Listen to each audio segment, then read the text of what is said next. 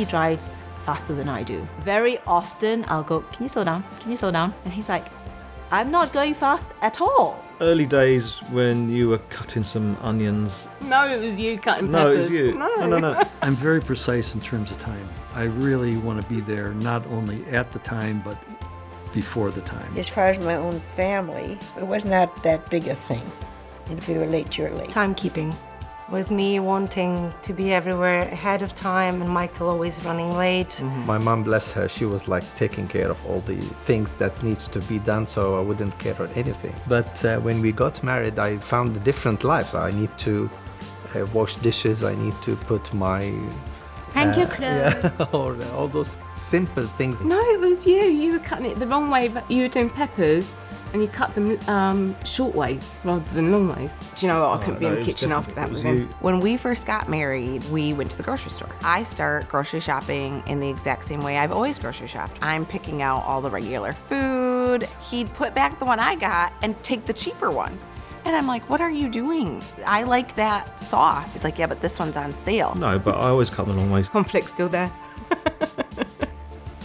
Some level of disagreement in marriage is inevitable. It's normal.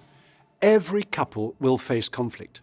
And that's because we come into marriage with different backgrounds, different desires, different priorities, different personalities. And conflict is also inevitable because we're all selfish to a greater or lesser degree.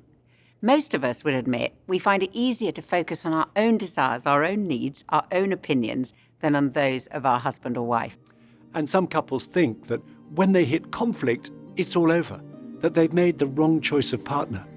That's partially because the media and popular culture tend to perpetuate the message that if the relationship isn't perfect, if you have disagreements and conflicts, it's the wrong relationship. But that's not true. As couples, we will all disagree. In fact, it's healthy to discuss our differences. It's much better than burying disagreements, suppressing our opinions and views, or denying we have any differences of opinion between us. Conflict doesn't mean we've married the wrong person or that the relationship is doomed to failure. In fact, rather, with the right tools, addressing the conflict can strengthen the relationship. Rather than seeing ourselves as being on opposite sides, actually, in our marriage, we're on the same side, the same team. I don't know if you've ever tried to row a boat with your partner. It was one of the first things Scylla and I did when we met as teenagers on holiday, and we weren't very good at it. The main problem was we were trying to prove to each other who was the better rower. Both of us were pulling our hardest on the oars, but our strokes were different lengths, so we were lurching from side to side. And in addition, we weren't rowing in time, and the oars kept clashing. It was hard work, and the boat didn't make much progress through the water. It was only when we stopped being so competitive and we started matching our strokes and pulling in time with each other that suddenly we had that amazing feeling of getting into a rhythm, and the boat started to glide through the water. In marriage, we have to work through problems together, with both of us asking ourselves, are there ways that I need to change for the sake of our partnership? And with that mindset, we can make a good team and move forwards in harmony. Money causes the most arguments in marriages. Money. No, annoying habits. Probably who's right. The need to be right. The more expectations you have, the more difficult it is. Not filling the dishwasher properly. I think when there's outside influence, for example, in-laws. I'd say secrets. Best way to resolve conflict in marriage. Sit down and talk about it. Is really honesty and just that you guys are for each other. Not to compete, but to solve the problem. Listening with 2 ears, 1 mouth. 2 ears, 1 mouth. Yeah. We discuss like who's gone wrong where, and then we just hug it out at the end. Yeah. What's the word? When you kind of like compromise. We meet up and we fight about it. Then we go on a date. He'll never be able to find a matching pair of socks. That can really escalate into a mind-blowing fight. How did we resolve it, Thomas? All my socks are one color only. We're going to look at 4 principles for working together to resolve conflict effectively. The first principle is remember your partner's positive qualities. Continuing to show our appreciation for what we love and admire about our partner, even while we may disagree passionately about various issues, protects our relationship from descending into nagging and complaining. No marriage can survive a lack of respect, a lack of positive, encouraging words being spoken to each other. So my name is Tolu Dugbemi. I worked in the oil industry in Nigeria, and her cousin's husband was one of my workmates, and we got on really well. He says to me, his wife's cousin, he thinks would be brilliant for me, and I gave in to him and said, all right, fine, I will take her number, give me her number, I will call. And what I thought would be a 2-3 minute conversation turned into a 2-hour conversation. And a month later, I asked her to marry me. Over Skype. Yeah. We had not met. Was... And I said, certainly. Recently, you let me know that you really felt like I wasn't appreciating the things that you did around the house. I think that was hard to hear, because when someone does stuff and you said to them 1,000 times, or not 1,000 times, but quite a few times, oh, I really appreciate what you've done. You don't click that you stopped doing it. I felt so bad. And then just that reminder every time, thank you for doing this, and thank you for putting the kids to bed, or thank you for taking the little one to do a wee in the middle of the night, or just those things that seem really mundane, because it really matters. We can all make our husband or wife feel like the most important person in the world for us, simply through expressing our appreciation for them. And that's the way we build up their confidence and their sense of value. Just like the author Mark Twain once said, I can live for 2 months on a sincere compliment. While most couples, when they're dating, tend to say a lot of positive things to each other, once we've been married for a bit, it is all too easy to focus on those things that irritate us about our partner. And every couple will be able to think of certain things. Let me give you an example of something that irritates me. After a meal, we always wash the pots and pans in a bowl of hot water in the sink. And if Scylla has washed up last thing at night, she has this annoying habit of leaving the dirty water in the bowl. Now, I'm always the first to come downstairs in the morning to make Scylla a cup of tea. And I'm faced with this bowl of cold water with the grease now congealed around the edges. And what's worse, she leaves the brush in the water, so I have to put my hands in to retrieve it before trying to get rid of the grease. Now, I have mentioned this a few times over the last 40 years, and it is true, Scylla does it less frequently now. Okay, while we're on the subject of what irritates us, one of the things I find really annoying about Nicky is that he puts his clothes in this sort of toppling pile on the chair in our bedroom, rather than hanging them up in the cupboard or putting them away in the drawers. So, for me, remembering that I like being married to someone who has a very laid-back attitude to life really helps me.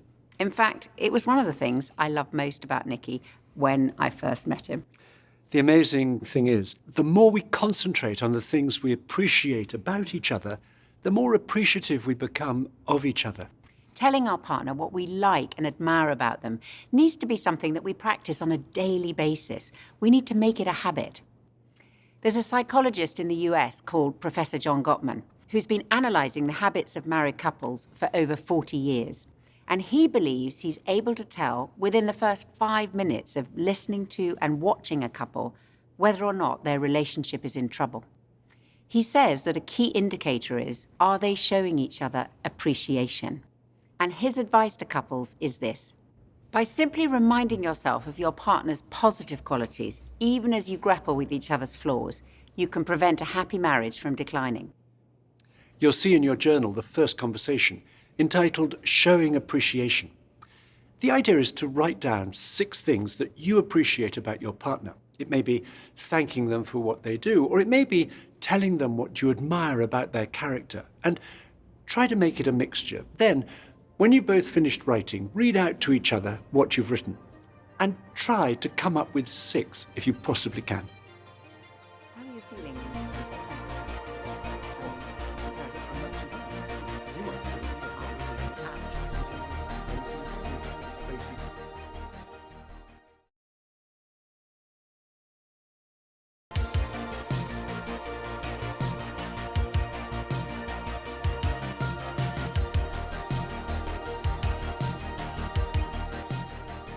That's one of the best conversations to look back at once in a while when you finish the course.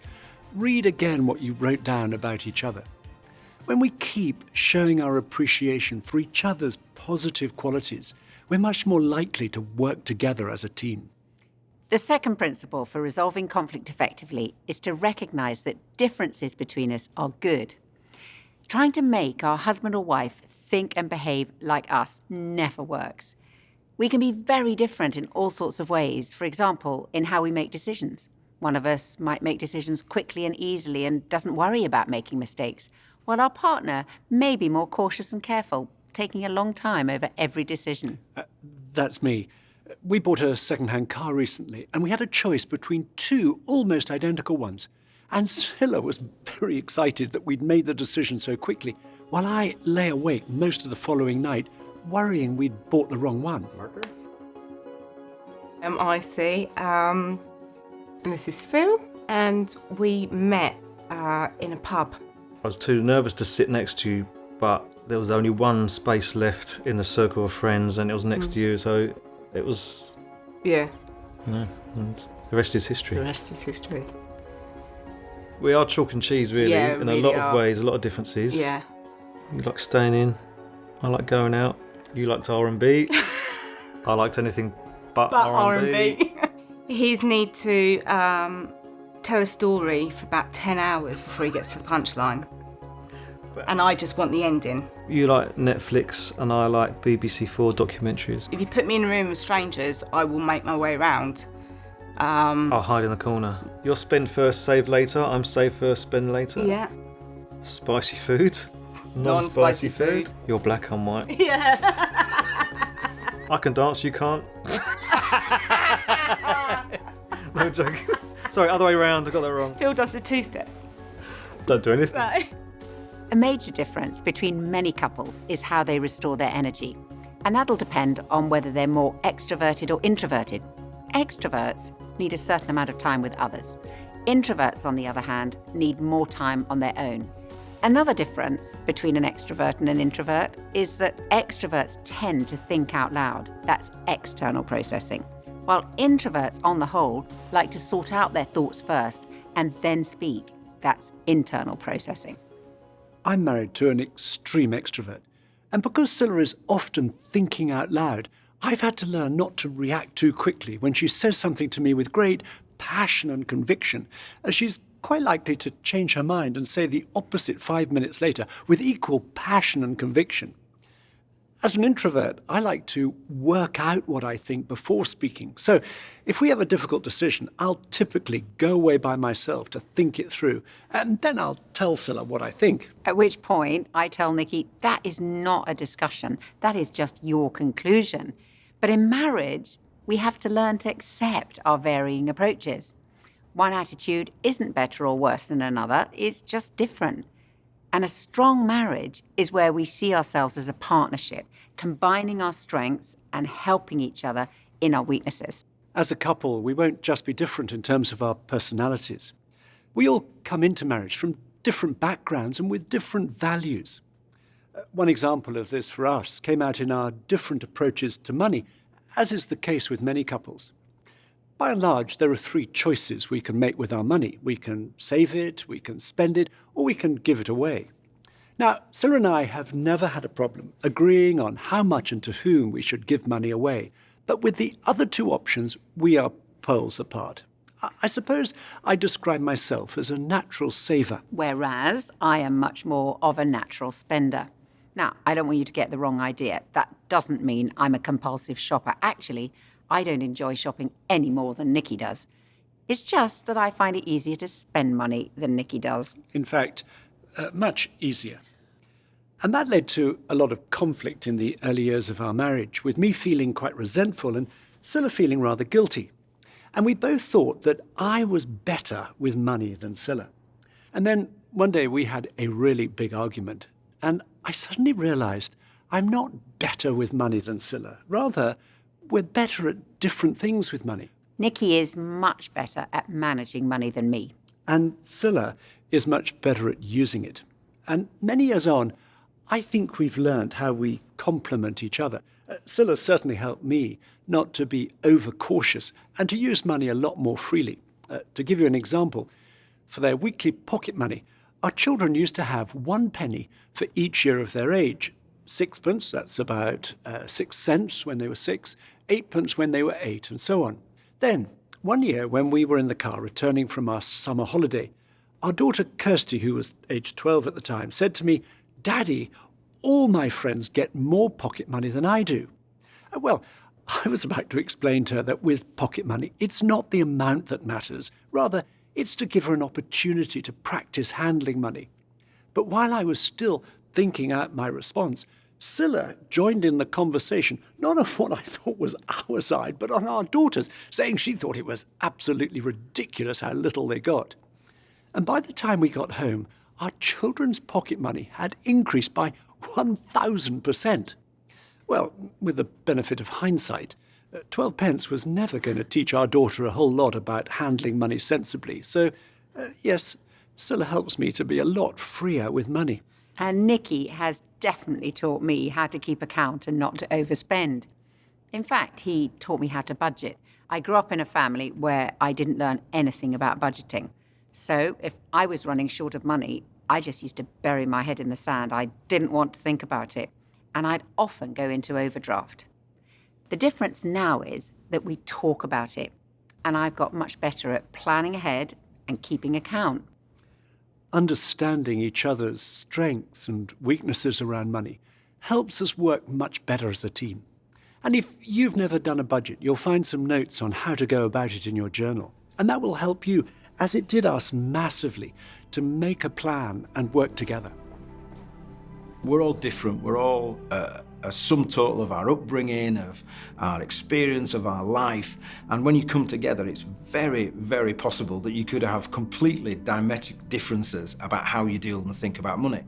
And the truth is, that's really okay. The thing is to understand that somehow you have to learn to live with some of the differences, but also have a togetherness around where it affects each of you. So you need to have an overall budget as a couple. You need to decide, what is your spending going to be? What are your priorities with your money? What do you have to spend and what do you want to spend? What would you like to have and what do you have to have? From that building block of a budget spins a wonderful, confident, together decision process upon which you are in control of your money. So what should you do if you really are under significant financial pressure? I think the first thing for me to say to you is, you're not alone. This happens to millions of people around the world. The most important thing is to realize, is it for a season?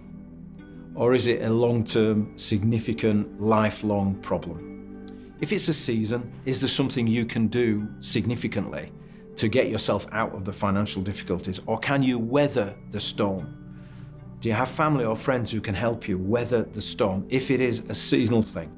If it's not a seasonal thing, do you need to make some radical, significant decisions about your finances, about what you need to do? And I would always suggest, if you find yourself in these situations, whilst it's important that you as a couple work through it, you must not do it alone. Find someone who specialises in financial difficulties.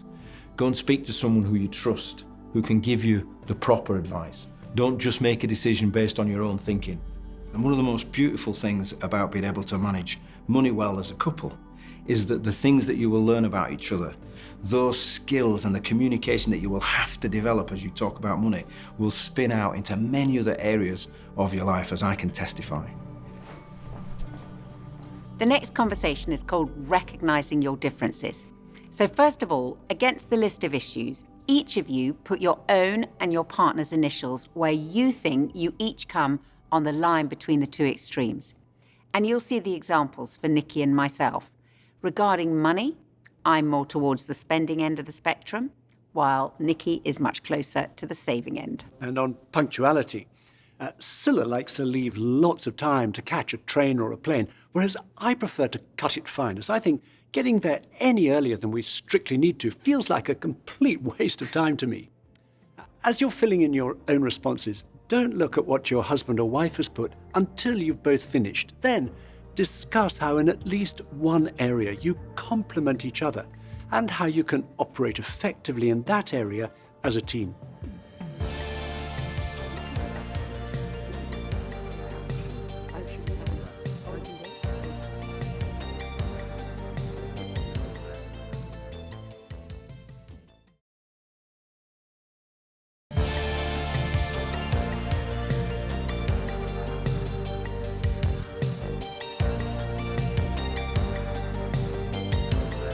As we've said, Scylla and I have lots of differences, and we often find ourselves laughing at them. Take the way we speak. While I try to use a minimum of words to get my point across, Scylla will use as many words as possible and often exaggerates wildly. And I tease her a lot about that, such as when she tells me she's bought 1 million tons of groceries. Humour is such an important part of a healthy marriage. It functions rather like the oil in a car. Without it, the engine will seize up. The third principle for handling conflict effectively is look for an us solution. People approach conflict differently. Some try to force their partner to do things their way. They go on the attack. Other people surrender. They may be frightened of disagreements. They want to hide, run away, or do anything to avoid confrontation. Still, other people bargain. They say, I'll do this if you do that. But that all too easily becomes, I won't do my bit because you haven't done your bit. And none of these approaches builds closeness or is effective in resolving conflict. However, there's a way that is effective, and that's through seeking a solution together. It means seeing that really we're on the same side and working together on the issue causing the conflict as a team. And sometimes that means delaying the discussion on a particular issue. I think we'd all recognise that there are bad times to try and resolve arguments. And at those times, we have to press an imaginary pause button and wait for a better moment.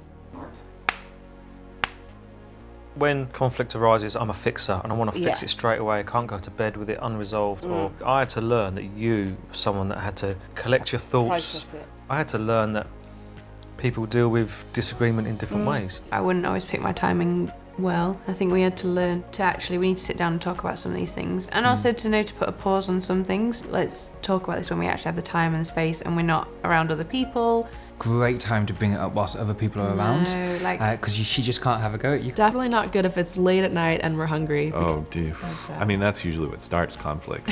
Both of us will be like, are you hungry? He knows that he's gonna bring it to me right before going to bed or 11 p.m. He will fall asleep in 3 seconds, whereas for me it's like 3 hours later and bad sleeping and then waking up or like grumpy. To me, the night is just getting started at 9 p.m. Like that's where you enter into your most serious conversations. It would be 2 in the morning and we're arguing, probably because I was so tired. His whole family functions that way. He doesn't function very well at night. He'd be sitting in front of the TV watching football. Yes. We've got to talk about it now, and he refuses, and so I stomp off to bed feeling even angrier. It's getting heated.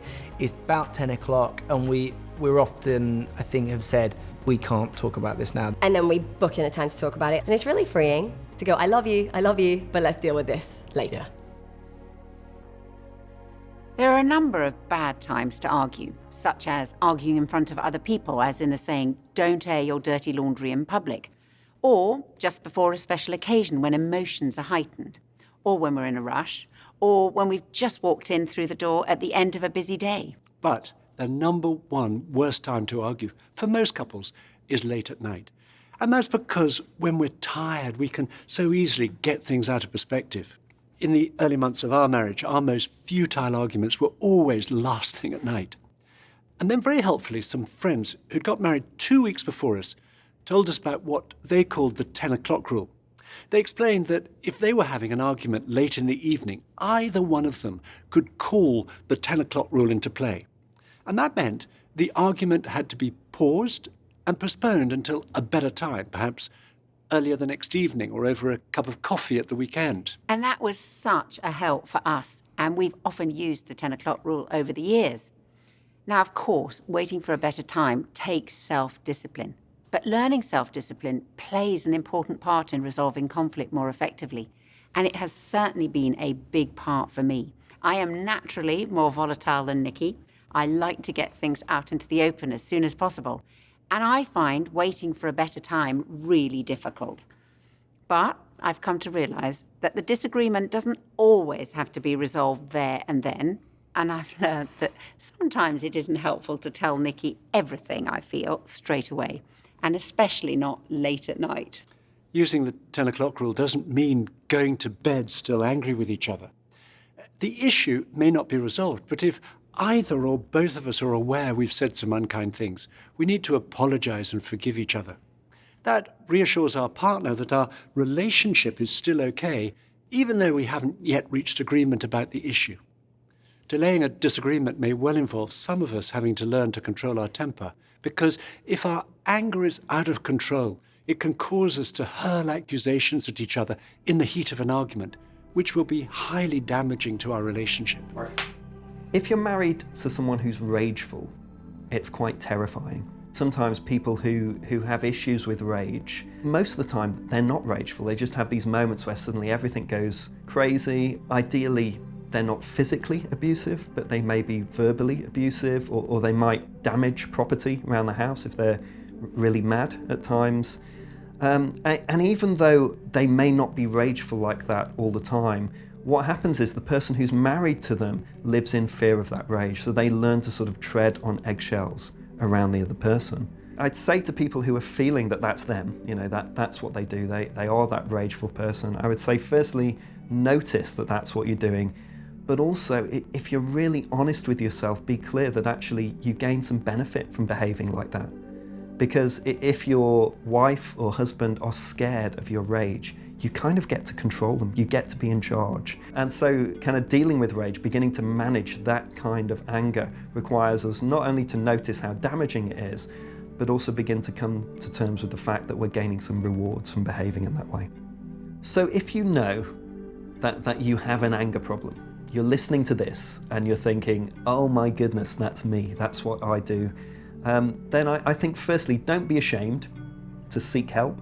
And when we seek help for anger, what we're really saying is, we're not saying I want my anger to go away.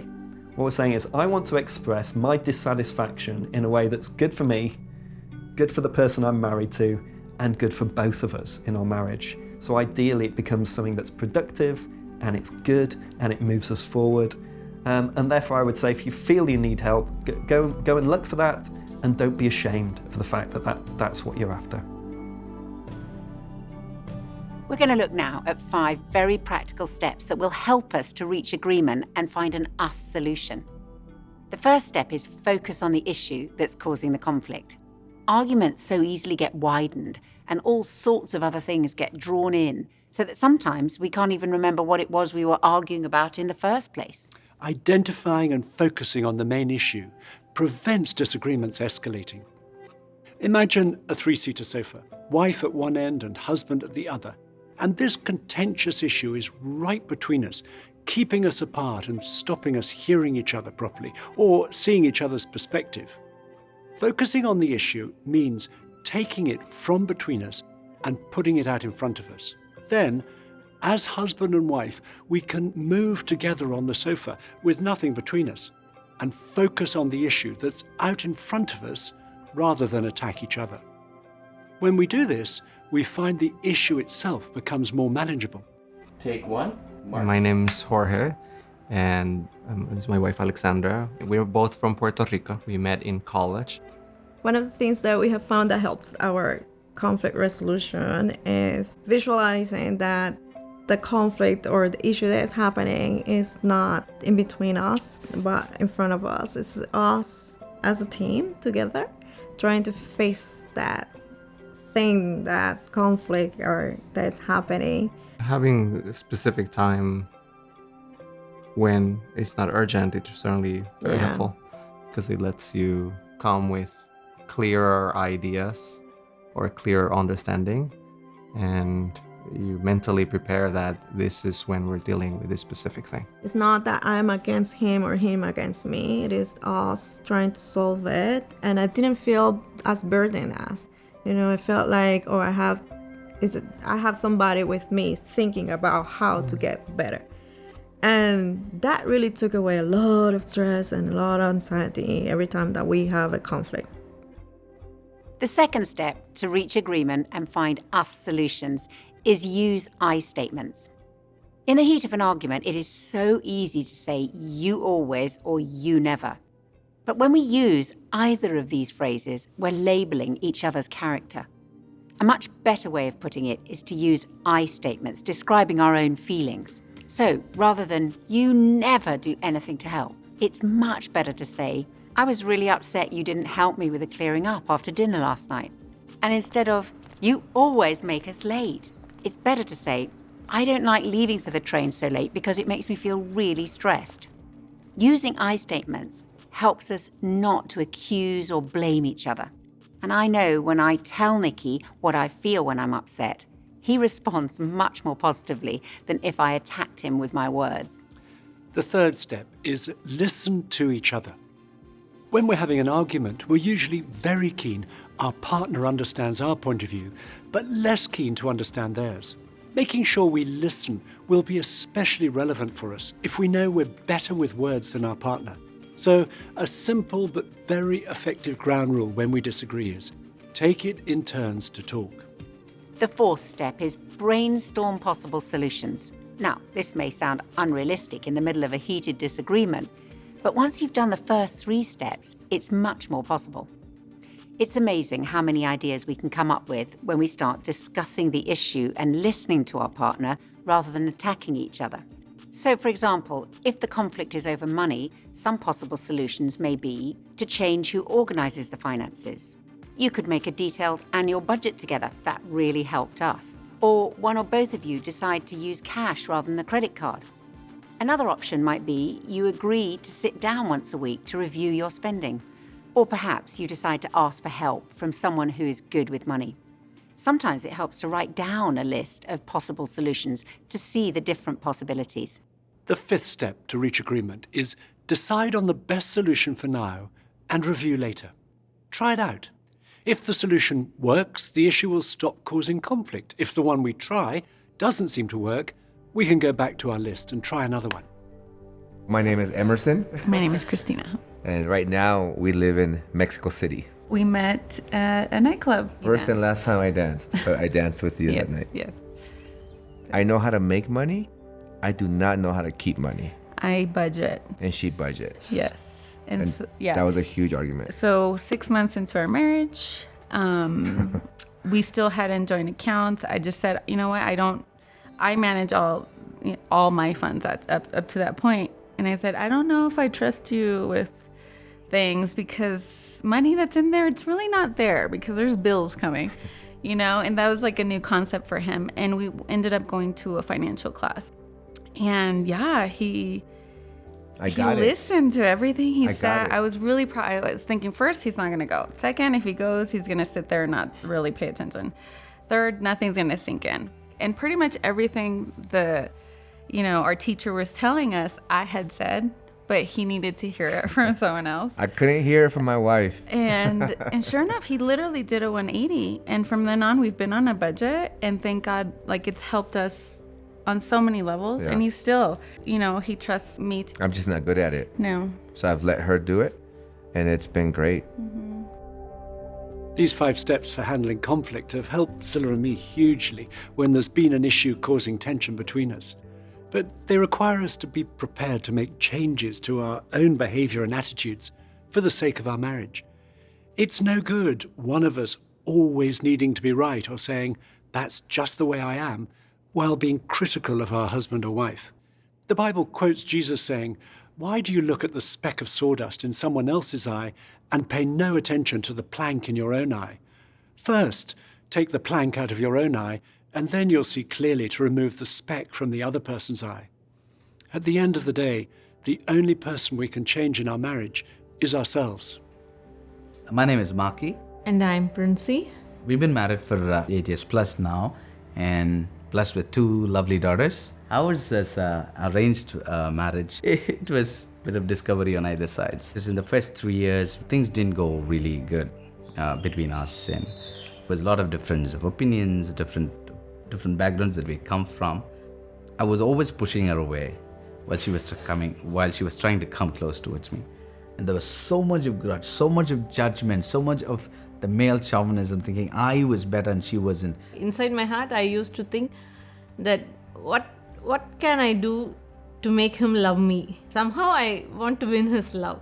I kept putting her down, letting her, hurting her, and I knew she was crying and I knew she was hurting.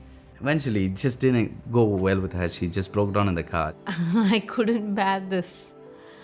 I want to be out of this. So I just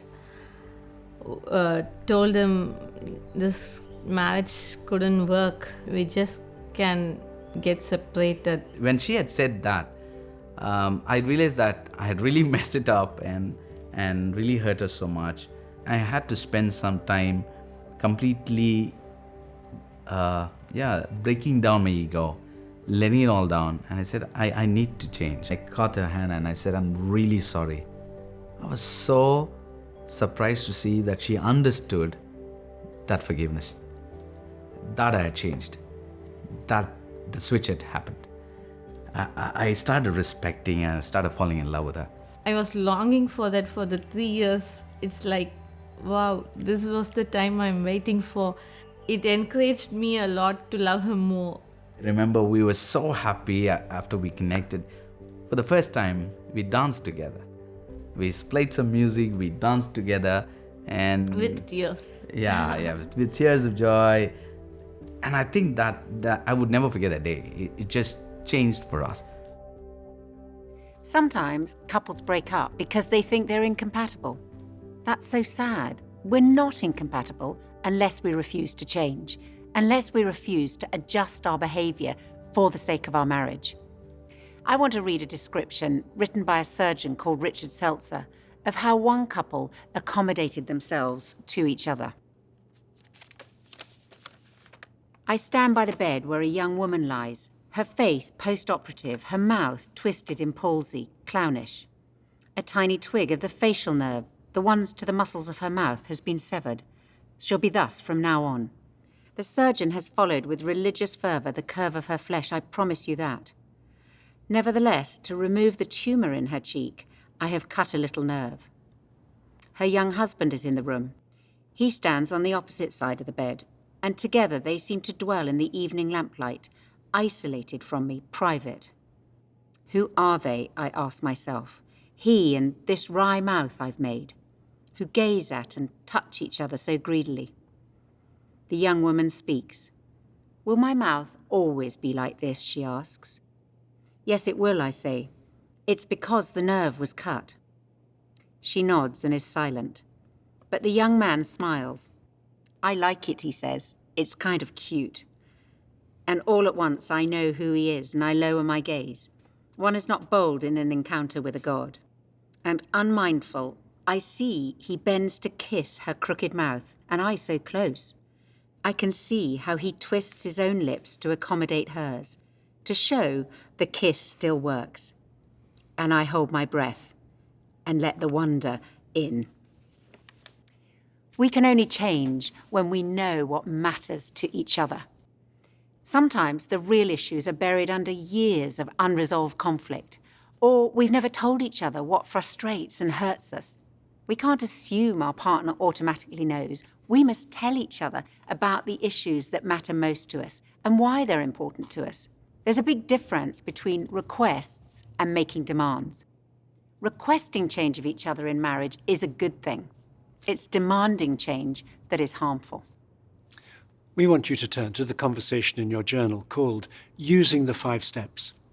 Talk about what are the good times and what are the bad times for you to try to resolve disagreements, and decide which of the 5 steps is most important for you to remember.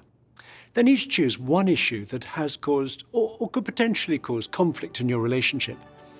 Address one issue at a time and use the 5 steps to look for solutions.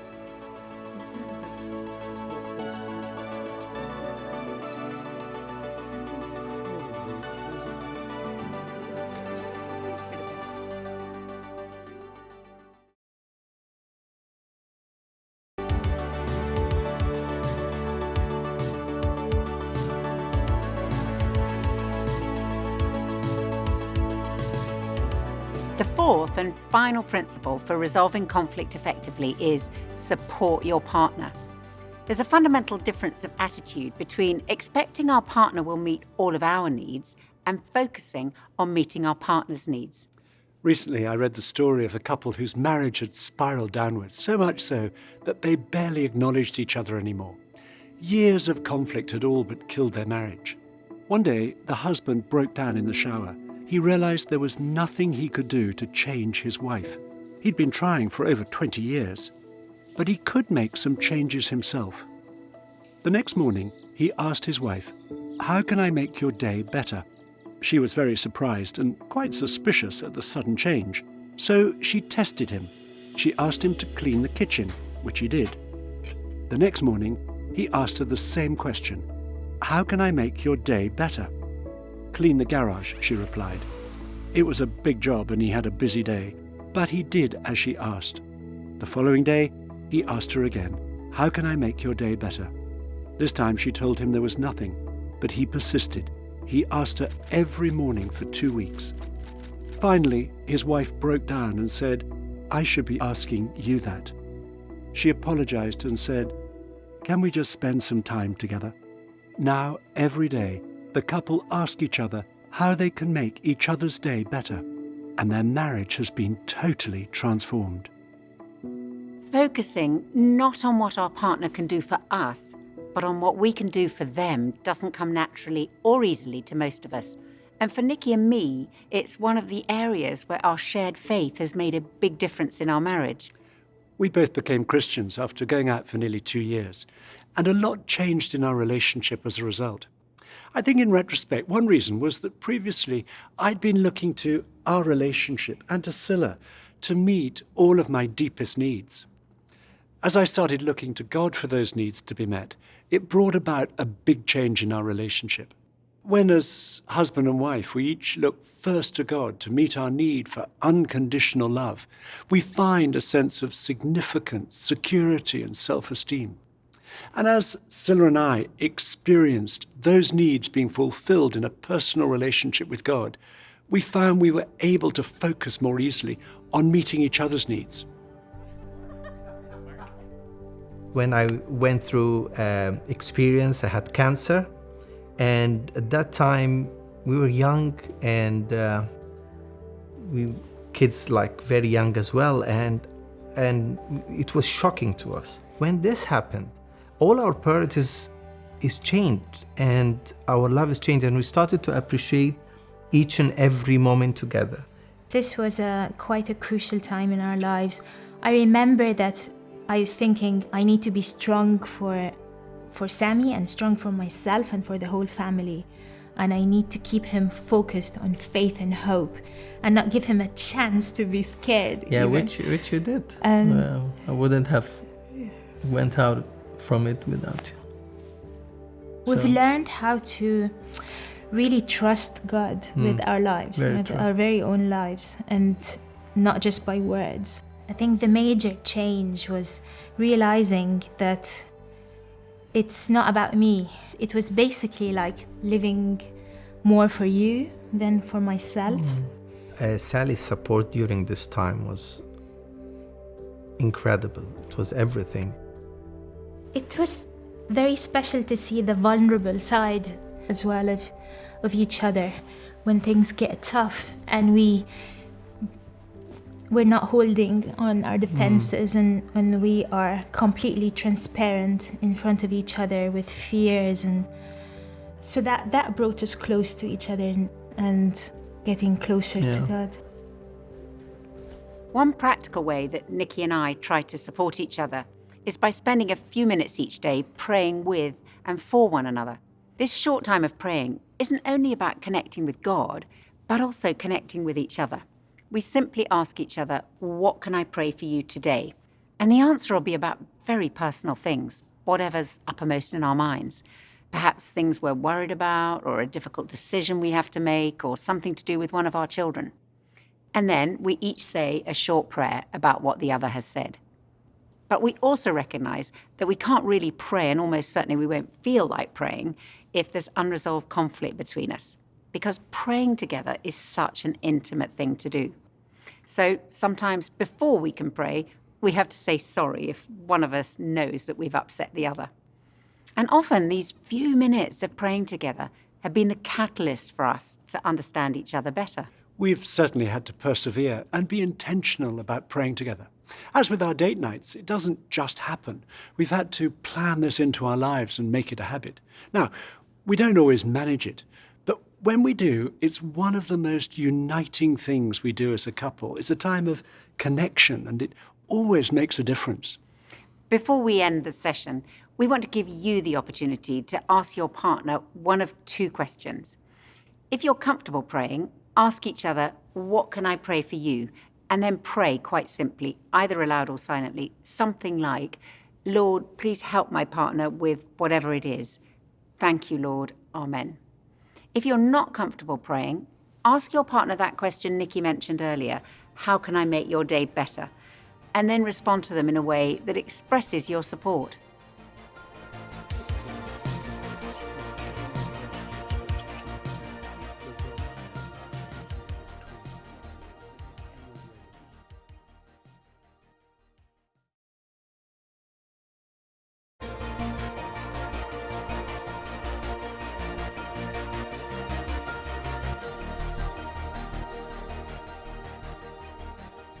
We'd like to finish this session with a prayer, so please stay as you are. Thank you, Lord, that you are our strength in good and in difficult times. We ask that you'd help us where differences cause conflict between us and to work out solutions together. Please help us to appreciate each other more and more and to make changes in ourselves where we need to for the sake of our marriage. Amen. We're so glad you've joined us, and we look forward to having you with us on the next session.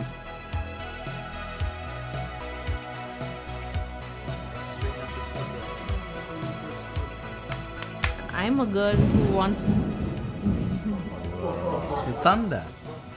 I still do the bins. Oh, turn it in. I knew that was going to come up. Put the bins out. Yeah, Okay. I just wanted to say that. I think it went a little. He's done. Yes, done. Marriages look crazy. Yeah, it is crazy. This might get me into Yeah, trouble. don't do but it. No, I'm going to do it. I'm going to do it. I'm going to no, because it's fun.